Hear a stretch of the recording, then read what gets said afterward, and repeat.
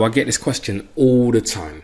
What is the best entry method? Should I wait for pending orders or confirmations? And I'm going to attempt to answer this, and there's no simple answer, but I'm going to make you think about something, right?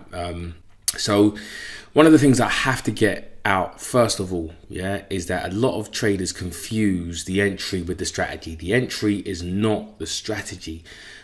If the level works, it's not going to be based off of a pin bar based against a level of support and resistance.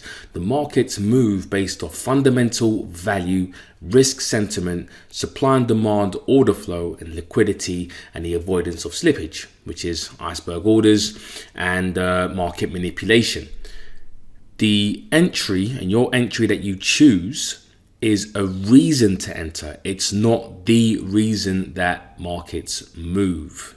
So it's only a trigger. Once you've done your analysis, once you've done your analysis of the area, is it a bargain area? Is it about an area of value? What's the risk sentiment? What's the fundamentals? What's the order flow and the supply and demand order flow equation, etc. That's what moves the markets. And then once we've done all that analysis, then we look for an entry. So the entry is not the strategy. It's not the reason for price movement. So let's understand the pros and cons of your entry, and just realize that there are no perfect trade entries. We might pick off the absolute lows or the absolute highs, but when it comes to the decision of whether you're going to use pending orders or whether you're going to use candlesticks consistently, there is no perfect trade entry, and both have their pros and cons. So confirmation. What's the pro and cons of confirmation? Confirmation is, let me just bring up my tool. Right, so let's say, for example, prices are coming down to a level of demand. And let's say, for example, that is time and that is price.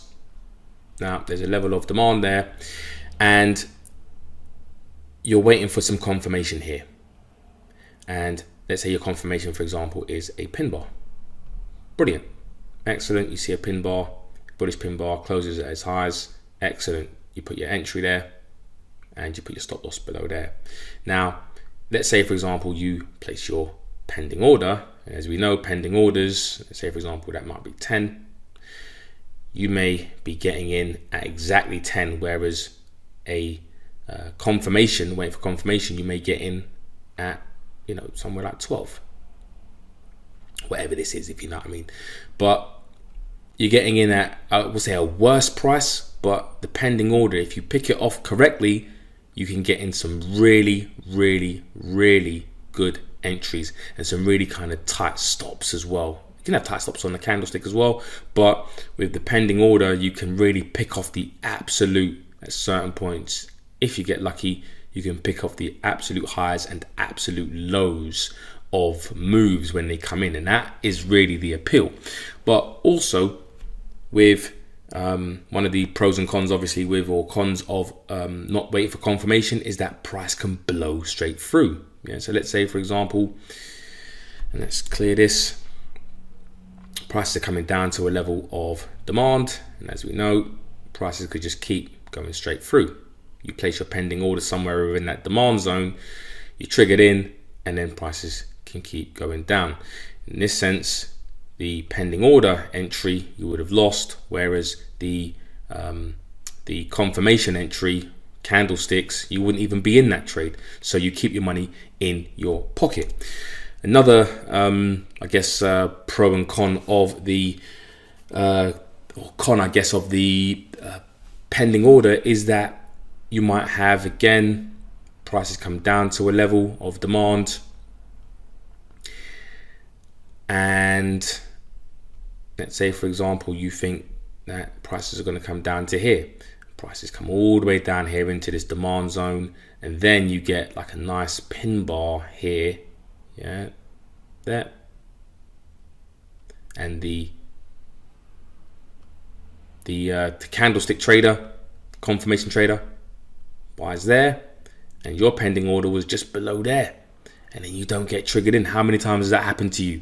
If you trade pending orders, I'm sure it's happened to you plenty of times where you've been like a pip or two away from being entered, or even, to the point where you on your chart, it gets filled as far as it looks like it on the candlestick chart, but on the orders, on your broker, it didn't fill you. That's happened to me a few times. I've tried doing both pending orders and confirmation, and I personally do candlestick entries.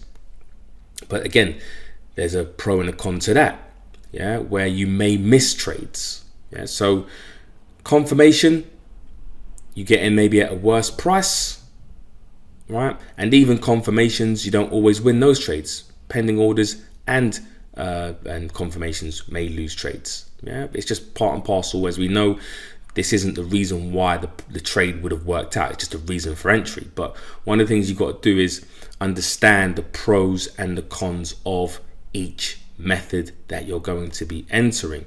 Good risk reward is what you want to go for on each one. Obviously, the pending order, you can get some really good risk reward trades, whereas you can get some large candle. Let's say, for example, an hourly, you might be an hourly time frame trader, and by the time the hourly time frame closes, or the 4-hour time frame, prices could have moved maybe around about 30 pips, for example, and the pending order trader would have got in down here, and then 30 pips later, 40 pips later, 50 pips later, could be a daily time frame. If you're trading the daily time frames, it could be all 80 pips later, prices are all the way up here.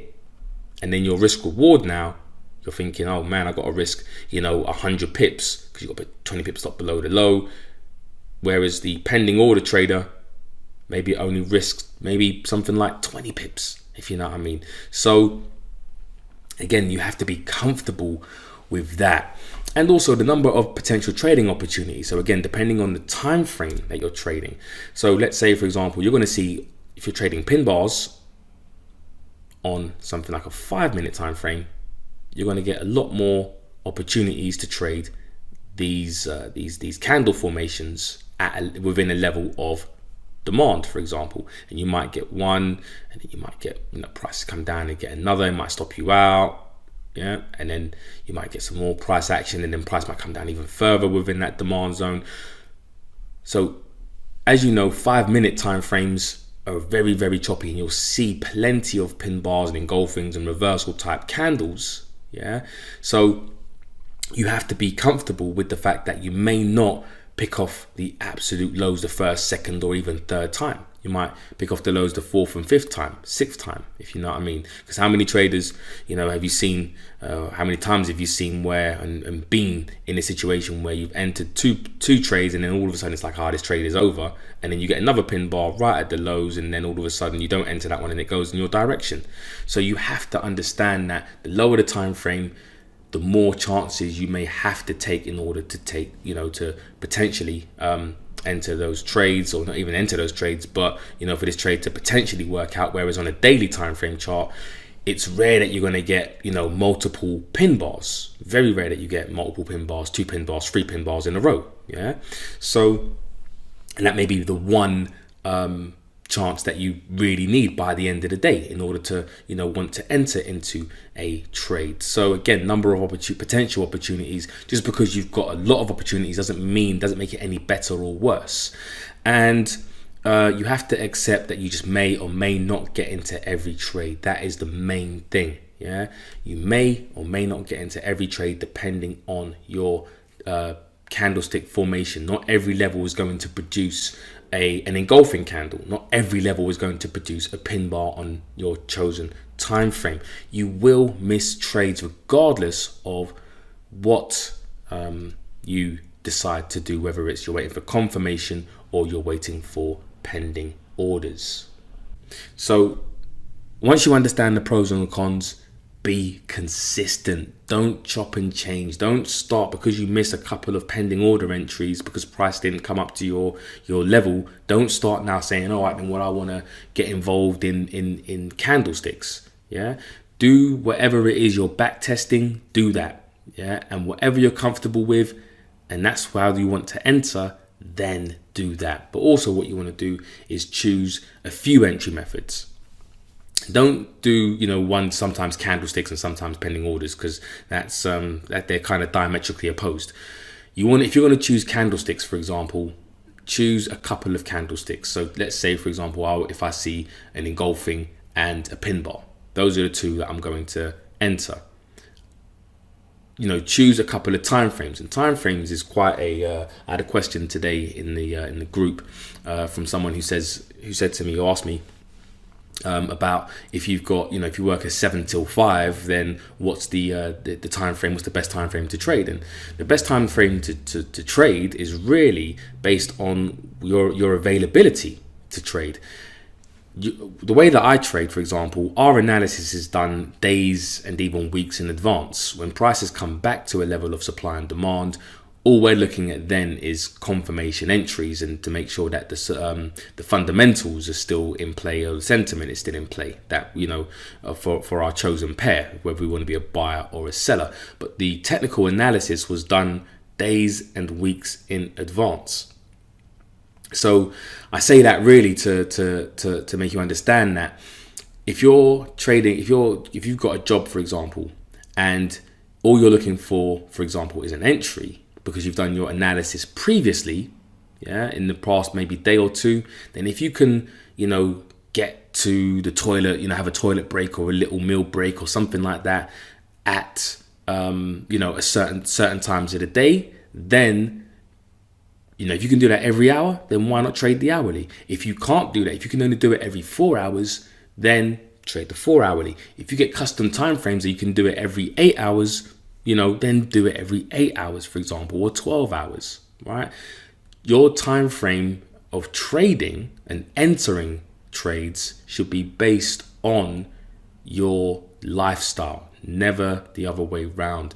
I can't offer advice that in that sense, but what you don't want to do is really make trading take over your life. The whole point in trading is to enhance your life. You don't want to, for trading to damage your relationships insofar as, neglect your children, your partner, your work, for example, your productivity at work and things like that.